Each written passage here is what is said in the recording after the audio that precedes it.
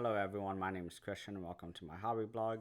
Today we are going to talk about a Japanese film that was released by Era Video, released in 1956, directed by, um, I just had his name in my damn head, Koji Shima's film Warning from Space.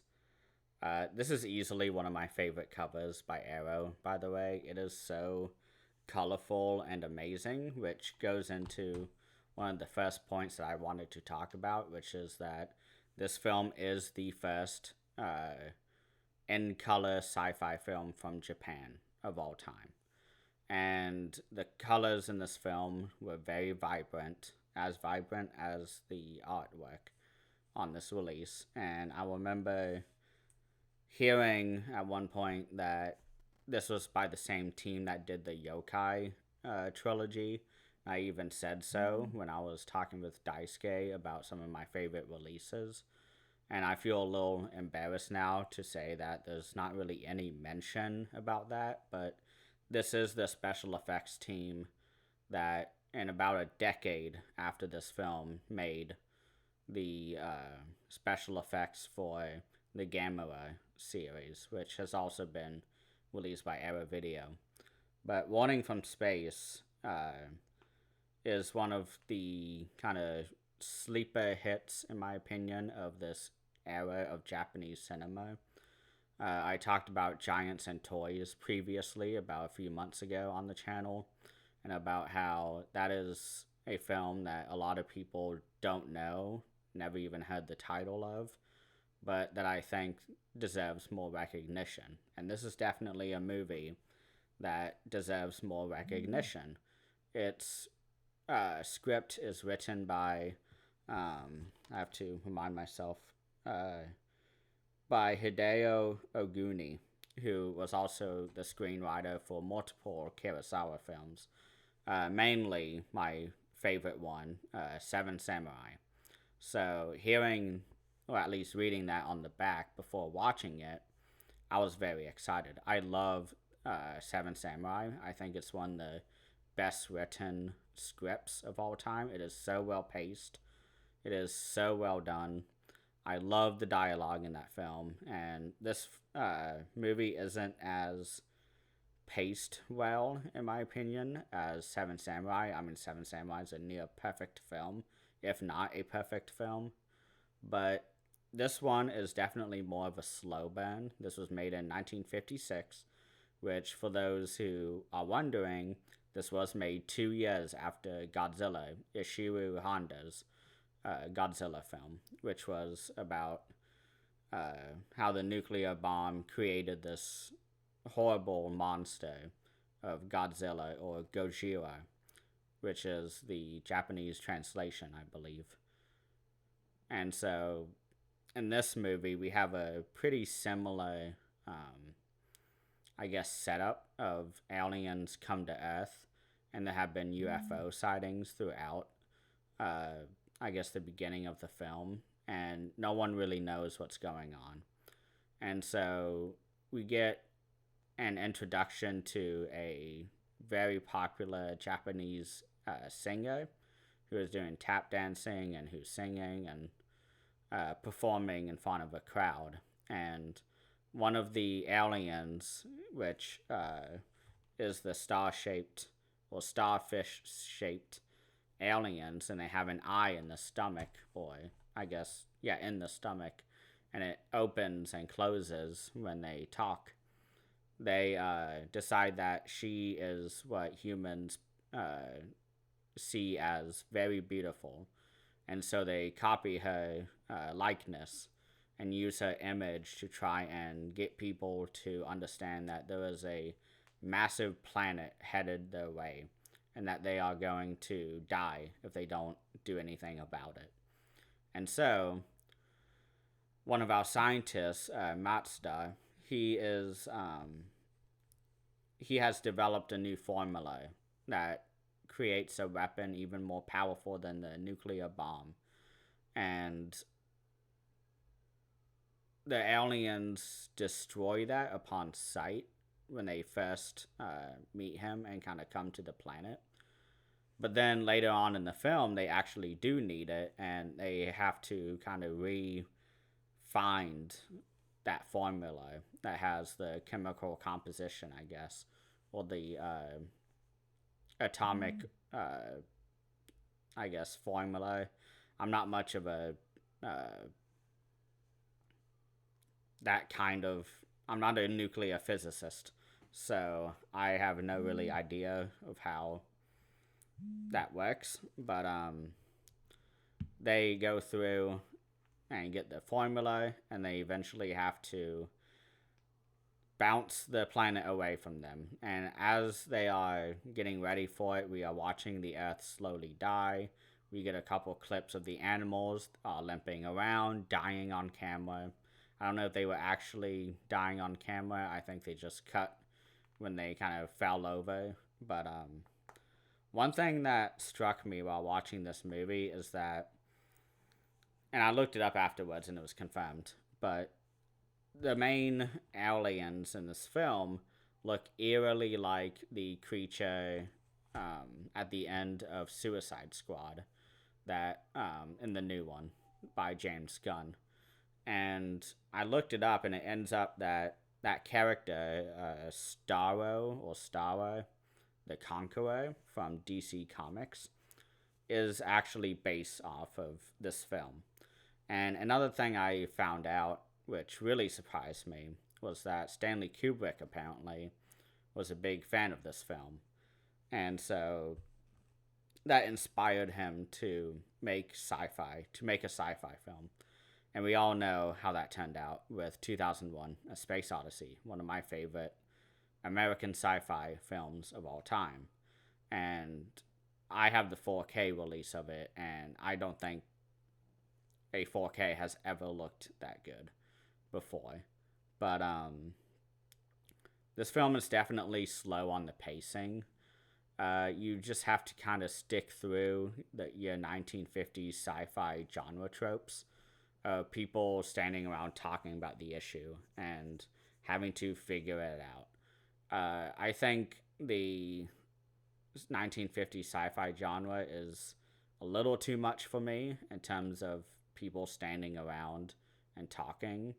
I've talked about before how I don't really like the film The Blob from the 1950s. I love the 1980s one, but the 50s one is very slow.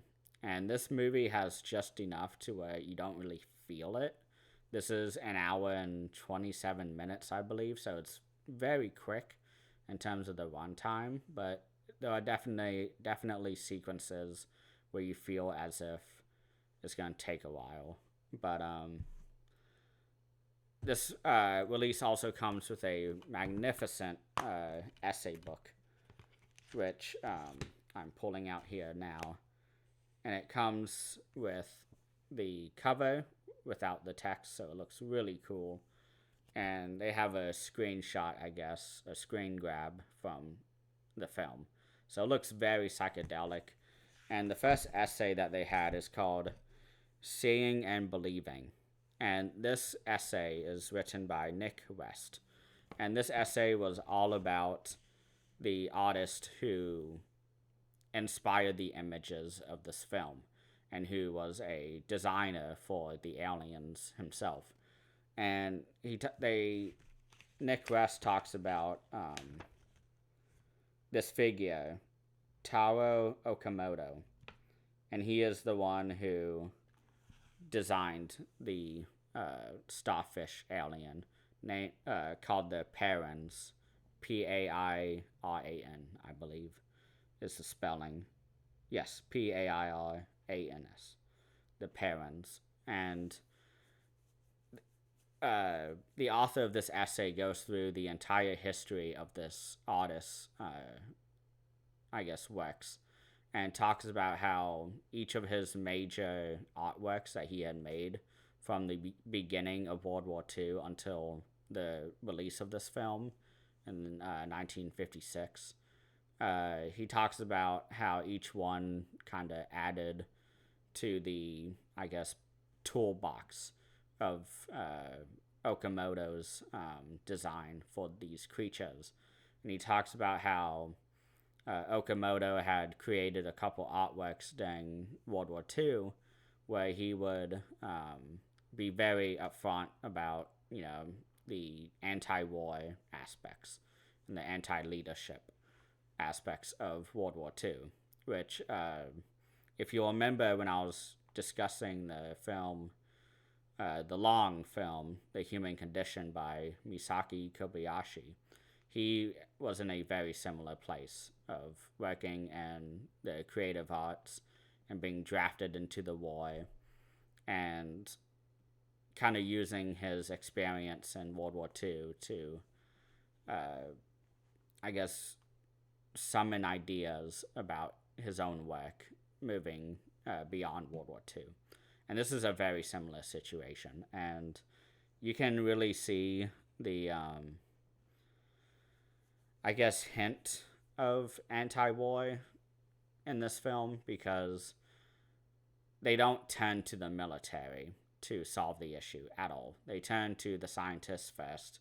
And when he's unable to solve the issue, they turn to the celebrity, which the essay discusses a little bit about how interesting that is in terms of how a lot of people now do turn to celebrities for, I guess, for some sort of path for them to follow. And this movie really did well to not immediately go straight to the military because that's not really the point of the movie. It's all about overcoming our fear of the unknown, of aliens and creatures that are not like us. And this is what the second essay really dives into depth with.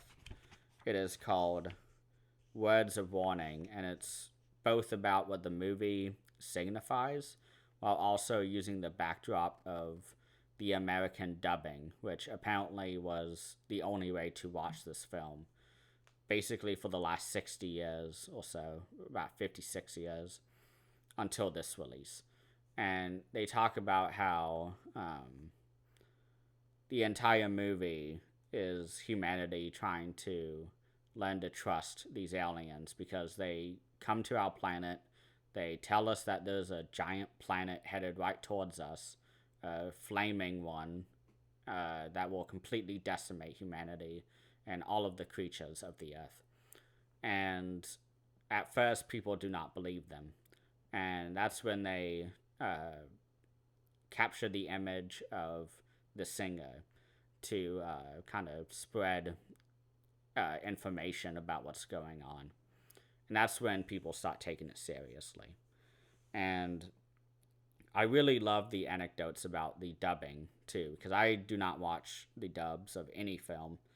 I always have the native language on.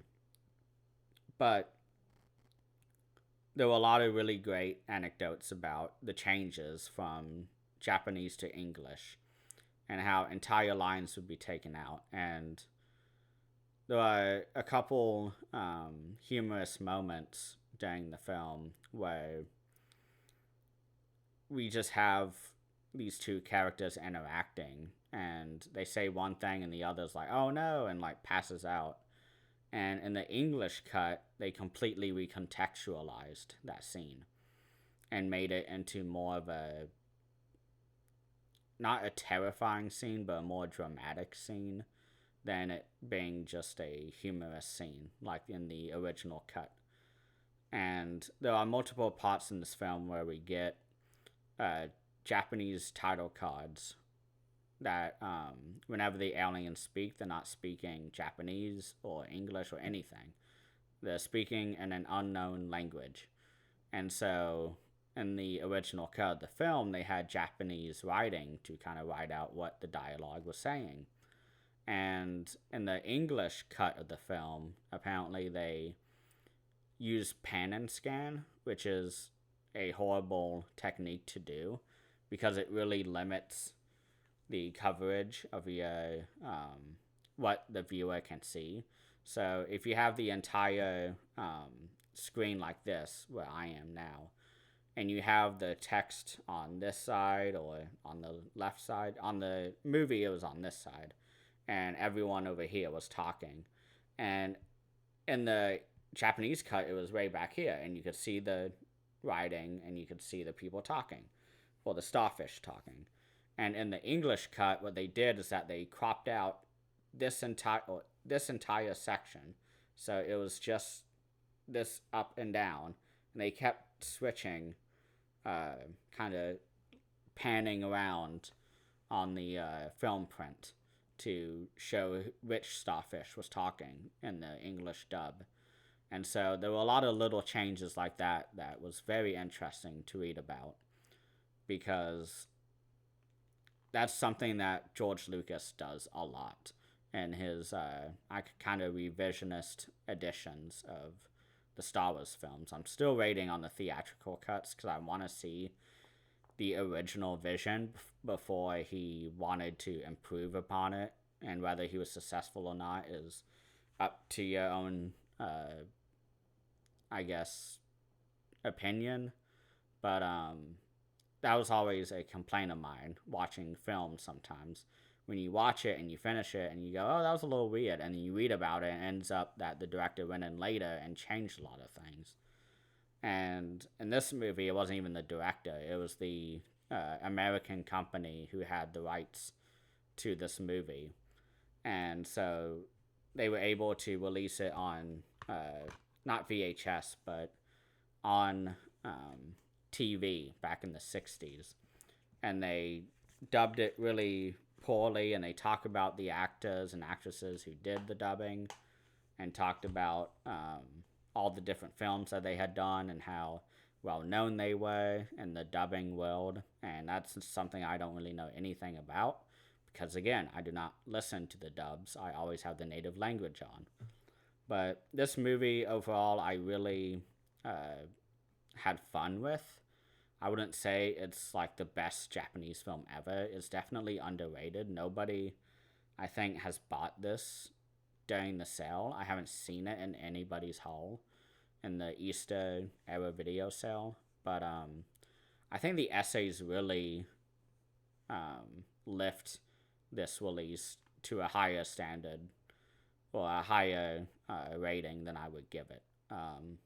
I really enjoyed reading the essays. There's a lot of information on it, and it really helps to contextualize what was going on in this movie when you bring in the history of the artist who designed the starfish aliens, and you bring in the history about the American versus the original Japanese cut, and talk about the dubbing. And it was just really, it's a great little film school in a box. You get to learn a little bit of everything in terms of the essays, and if you really want to watch both cuts of the English cut and the Japanese cut, and kind of compare on your own the lines, because they did deliberately change the film from the original cut. They even moved scenes around and made it totally different.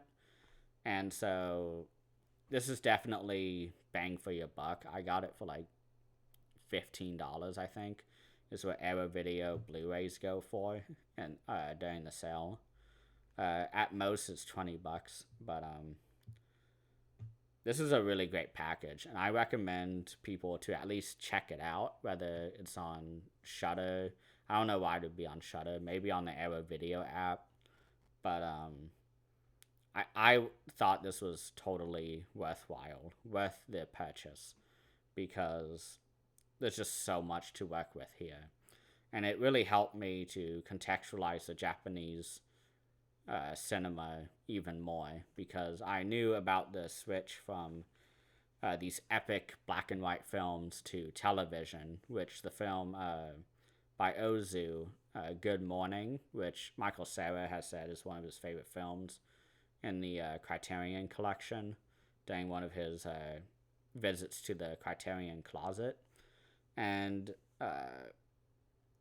what I've never known though was the sci-fi, the Japanese sci-fi genre, and I love sci-fi for the most part. I like later sci-fi when the effects can finally kind of realize the director's vision.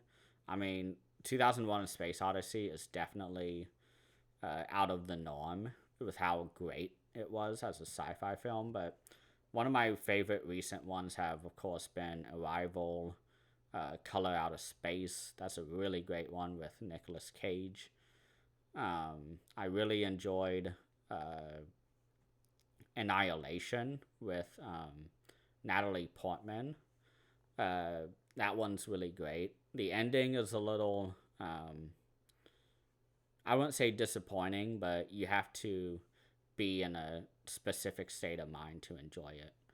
But I have heard recently complaints that it's a little similar to Stalker by Andrei Tarkovsky, which I see it. I completely see that complaint, but to me, they're different enough that you can enjoy them separately. But that's neither here nor there. Sci fi, I think, is a great genre to explore the human condition, and I definitely need to watch more sci-fi. I'm definitely a fantasy enjoyer a lot more than a sci-fi fan, but that is something I want to explore more is the sci-fi genre. So I think that is it for today. I've said everything that I want to say. Thank you all so much, and please don't forget to subscribe and to comment. I would love to hear you guys' thoughts about this film if you've seen it. And if not, I want to hear your thoughts on whether you would pick this up based off of my recommendation and my explanation about this film and this release. So, everyone have a great rest of the Monday. It is Monday night on May 16th that I'm filming this. So, please have a great rest of the week until I come up again for a review. I'm not sure what I'll do next, but we'll see. See you, everyone.